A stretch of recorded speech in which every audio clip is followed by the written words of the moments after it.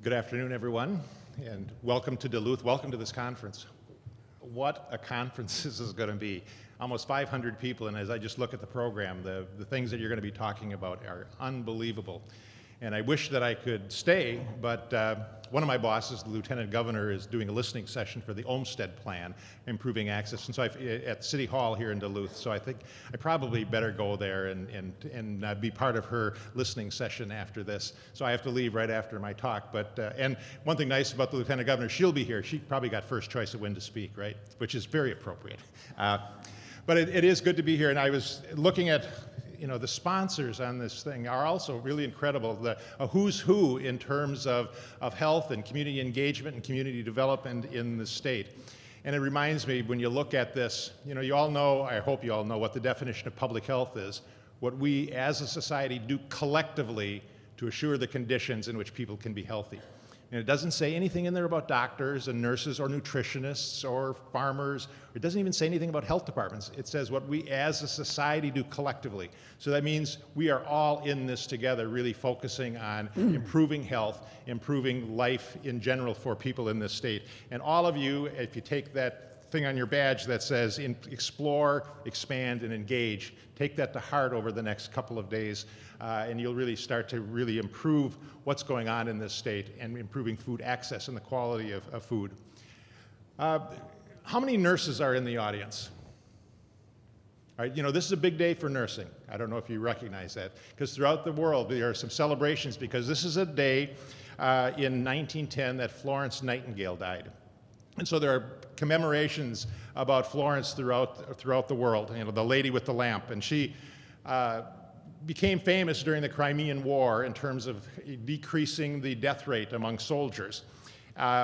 And she focused on not just the medical care, and I talk about integrating medical care and public health as things that we have to do, and she was one of the first to do that. She knew that there was a need for clinical care, but she also knew that there was a need for sanitation and good food and good nutrition, and built that all in. So she was one of the first really true public health practitioners that integrated clinical care and public health. And she also looked at other things. Besides that, improving access to health care for all, she also recognized you needed all those other things around it that influence health besides just the clinical care.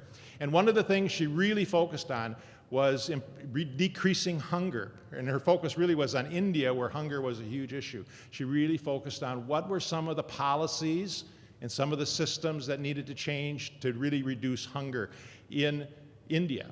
We have the same issues in Minnesota today, and I think we can hearken back to what Florence Nightingale talked about.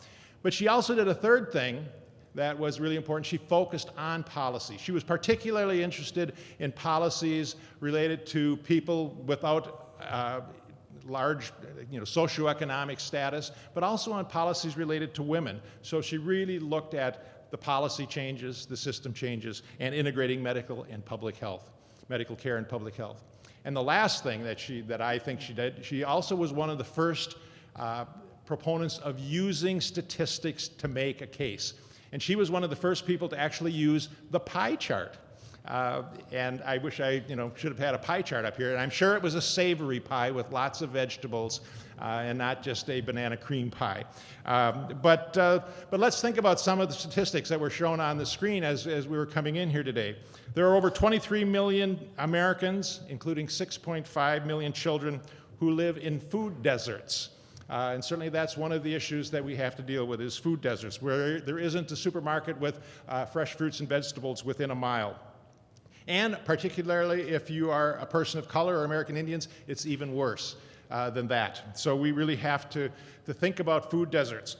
And the effects of food deserts, as you're probably more aware than I am, really impact obesity, impact child development, impact school performance, and really is an issue that we really have to deal with. And in the Twin Cities, where our health department is located, it's known throughout the state as a twin deserts, twin food deserts. Minneapolis, 50% of Minneapolis is a food desert. St. Paul, about 30% is a food desert. And it's not just in Minnesota, it's not just in the urban areas. In urban areas, you have zoning laws and real estate costs that really contribute to the lack of developing supermarkets. But in rural communities, you don't have the population that could support supermarkets. So the same kind of low population density there leads to food deserts. So those are the kinds of things that we really have to pay attention to, and I know you're going to be focusing on those. I know you have several sessions related to food deserts, and that's one of the issues that we have to address. But along with that, I think we also have to focus on food swamps. I hope you're aware of what food swamps are. You know, that sort of that low-lying place where all of the runoff goes, and you get the kind of the least lowest common denominator. And I think actually food swamps are a bigger problem than food deserts, where you do have access to food, but it's not healthy food. And when there is healthy food, it is overwhelmed by the choices, the poor choices of high fat, high salt, high sugar foods.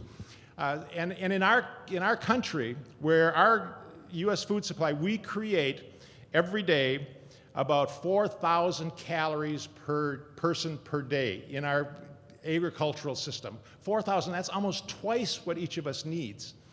So we have plenty of food. It's not an issue of not having enough food, not having enough calories. It's how we use it. It's where we display it, how we market it. And that's what happens in these food swamps. It gets marketed. We have large portion sizes. We have fast food chains marketing things, particularly to low-income populations that are really problematic for their health. And that's why we have a lot of the obesity problems that we have, with people eating about 30 teaspoons of sugar extra a day because of the marketing that goes on with the sugar-sweetened beverages and other things like that. So I think that we need to focus on the food deserts, but I think we also need to focus on the food swamps, where we really have over-access to things that are not healthy for individuals. And so I know that we are starting to work on a lot of those things throughout our state, and I know a lot of you are engaged in that. As I just went through the audience prior to this, talking with people about what they're doing with all sorts of things: community gardens, farmers markets, farm to school, developing grocery stores in communities. And I'm certainly pleased that I'm commissioner now, and we've been able to get the statewide health improvement program, SHIP, back to being statewide, almost.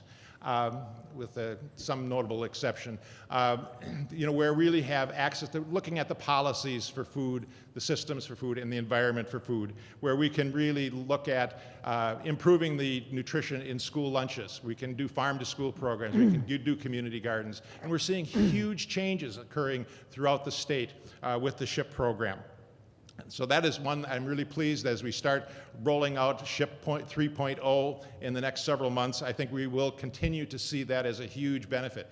And just looking at the data that were released last week from CDC, where we're starting to turn the curve on obesity among zero to the early childhood period. I think part of that is because of SHIP. Part of that is because we're really pushing breastfeeding as the greatest prevention aspect for nutrition. For obesity, preventing obesity, and we're really focusing on a lot of activities throughout the state along with that. I know many of you are, and some of the sponsors here at DHS with the SNAP program, having electronic benefit transfer, be working for fresh fruits and vegetables. Minneapolis doing farmers markets and the Healthy Corner Store program, Blue Cross and Blue Shield doing the market bucks, and a whole variety of things that are really going on throughout Minnesota that are really quite positive. And lastly, I think we are here to talk also about the food charter that we're really talking about throughout the state, where we really want to have everybody have access to healthy food throughout the state. That should be a right of a state like Minnesota, where we have a good economy, we have good agriculture, we have a good community spirit, because we know that if we don't have access to healthy food, we're not going to have healthy individuals. And our state depends on healthy food and healthy nutrition and health in all of our individuals within our state. And I know that this food charter, which we've had about 118 meetings already held or planned in the near future, will really be talking about how all Minnesotans can really get involved in assuring access to healthy and safe food. And I hope that as you're working in your little small groups today and in larger groups, that you really will focus on how to get engaged and activated and start to work collaboratively to improve the health in Minnesota. So welcome here, and I'll close with a couple of quotations from Florence Nightingale that I think will set the stage for what you're doing. She said, "I am convinced that the greatest heroes are those who do their duty in the daily grind of domestic affairs while the world whirls as maddening around them. Do your little thing despite all of the distractions going on in the world." And she said, "So never lose an opportunity of urging a practical beginning, however small, for it is wonderful how often in such matters the mustard seed germinates and roots itself." Start small. You all have a role to play. Public health is what we as a society do collectively. Can't do it individually. It is a collaborative, collective thing.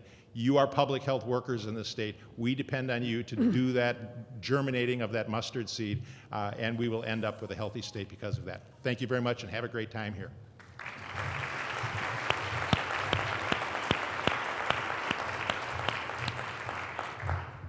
Thank you, Commissioner.